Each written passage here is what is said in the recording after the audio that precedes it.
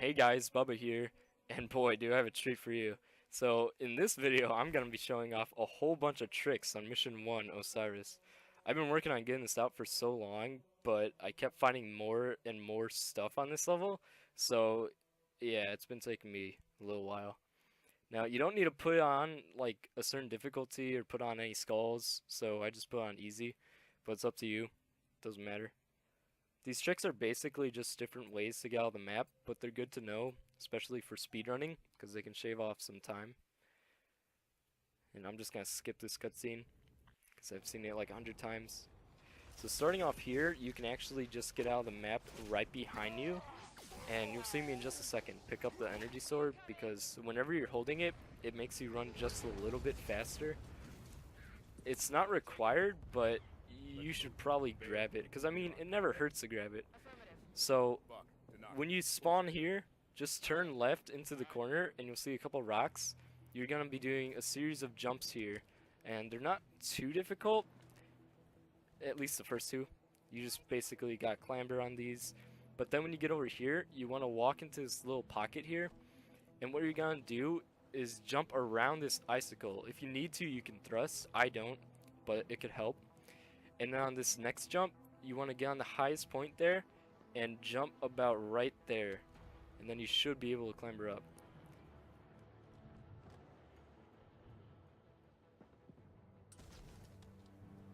And by now, you're basically out of the map.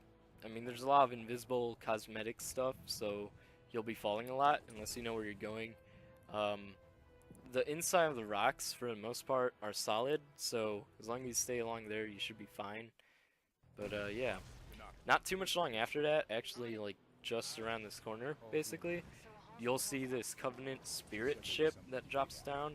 If you do this series of jumps above this little fiery vent thing, and then jump and thrust on top of it, if you do it all quick enough, you should be able to actually get on top of it before it takes off.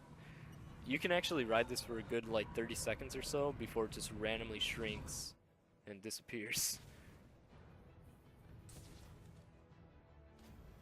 Unfortunately, there's nothing much here. I do get on this platform. You can actually run back and hit the load zone, but it doesn't help really, because later on, if you hit that load zone, for some reason, when you get to the door over here, it's all glitchy and stuff like this. I don't know what's going on here. I tried walking behind it, but that didn't work. So, yeah.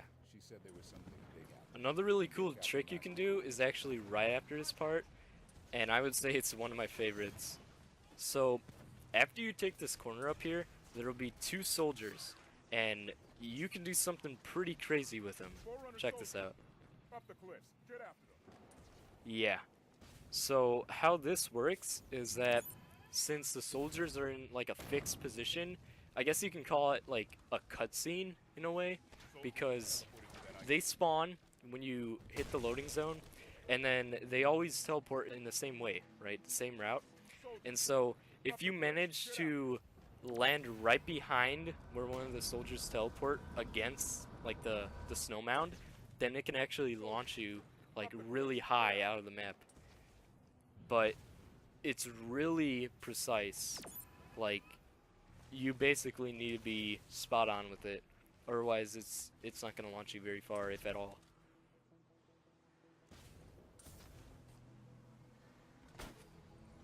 Over here, I'm trying to get back into the map again, and I do manage to get back in the map.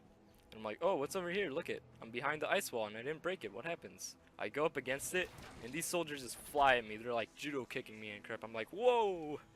So I just fly out of the map. But yeah, these launches can actually launch you pretty high, but like I said before, it's really precise. But if you hit it in the right spot, sometimes it'll give you like a soft bounce, like a really weak bounce, I should say. And you can do it on the other soldier as well. And if you do that and get like a weak bounce, then it can actually help you with like a speed run to shave off a couple seconds.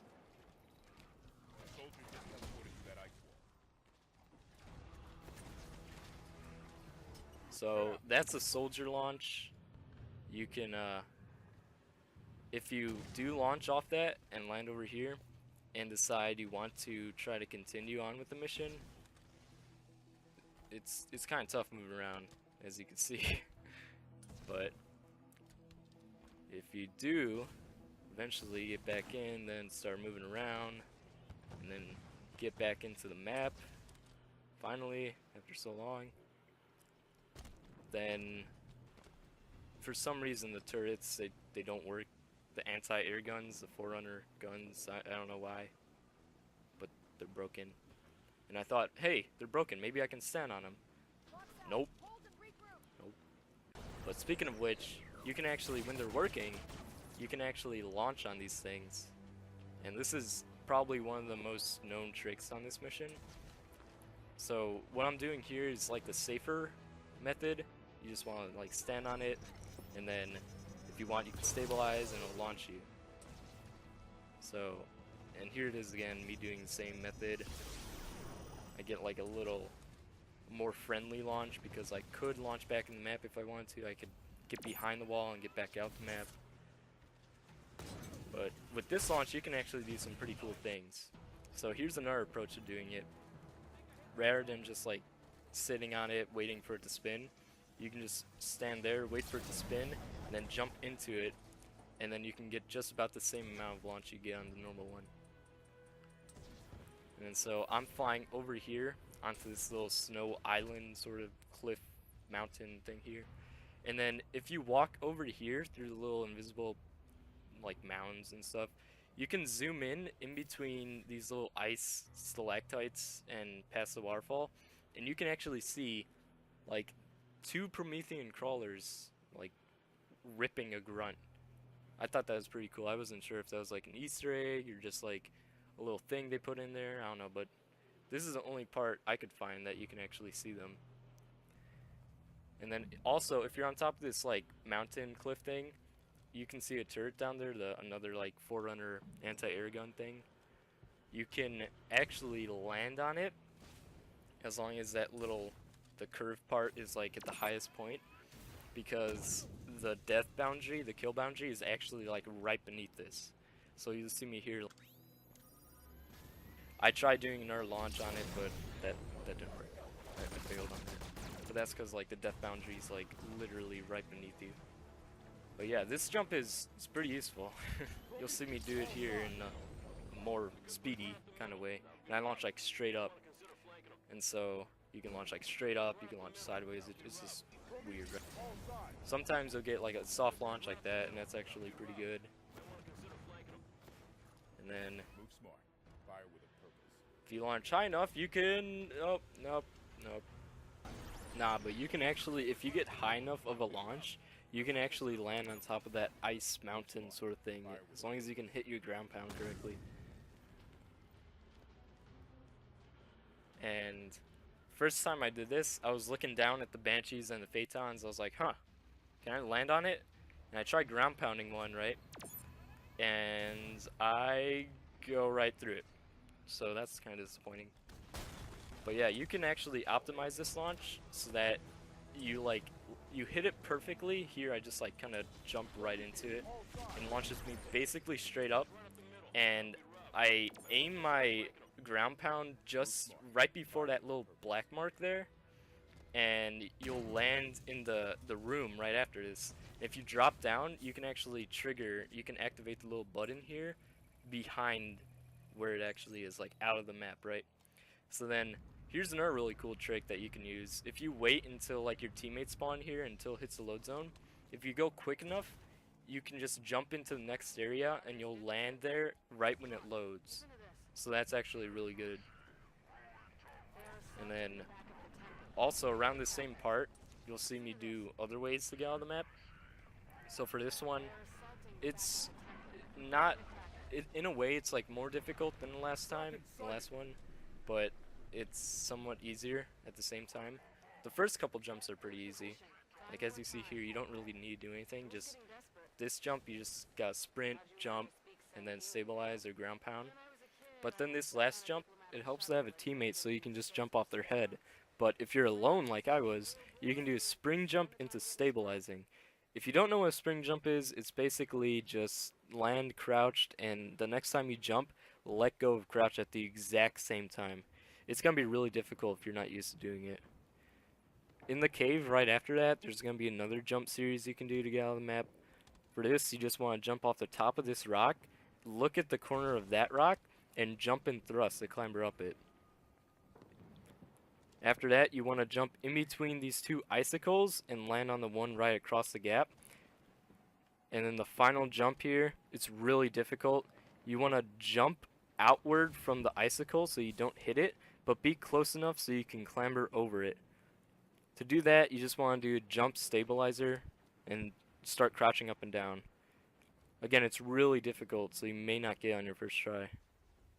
Later on in the mission, you'll find this elite over here next to a data pad and a binary. It's pretty funny, because if you melee him or shoot him, he'll start doing these weird, wonky flips and spins and stuff.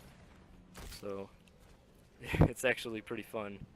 But, you can actually do another one of those launches that you saw earlier off of the Forerunner AA guns, like this. And for this, I was thinking, yo, can I get on top of this Kraken? So I'm trying to move over to it, right? And I'm thinking I'm gonna land on it, but it turns out you go right through it. And I was like, wow. But then I was like, hey, wait, there's a shade turret. Maybe I can land on a shade turret? So I'm waiting for the turret to stop spinning so I can climb on it, right? And then once it stops spinning, I quickly sprint, jump, clamber on it, jump and thrust again. And it just starts spinning right when I land on it. But I get the launch, I'm trying to land on the shade turret, and keep in mind, I was doing this for like a good 5 hours or so, just trying to land on this turret. And then eventually I found out that you can clamber it and hop in. And I was so excited when I did this. I mean, it's nothing that special, you just ride it, you know, shoot, right, for a good minute or so. And then you just despawn. So it's pretty pointless, but it's kind of fun. But yeah, in this hallway over here, you can do another one of those little trick jumps where you sprint, jump, thrust, stabilize, and crouch up and down. I guess a pro jump, right? And you can get up here on this wall. Now, you can go about two ways of doing this. Either this one that I'm doing, which is on the left, you want to jump on this dark incline and then jump on top of the little ceiling thing up there. Or you can go on the right side, and all you need to do for this is just crouch and walk forward over here.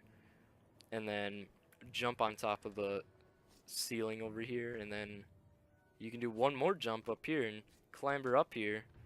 And now you're actually on top of the ceiling of the whole room there. So, yeah, you can actually launch here from the turret that you saw earlier. But, yeah, up here you can, jump, look out, spin around or whatever, check out the skybox. If you want to hop back down, just walk to the entrance over here, and then you drop down, and you're basically back in the map. Yeah, so that's about it. Seems like a lot, I guess. 13 minutes worth of tricks, but, hope you enjoyed the video. Peace.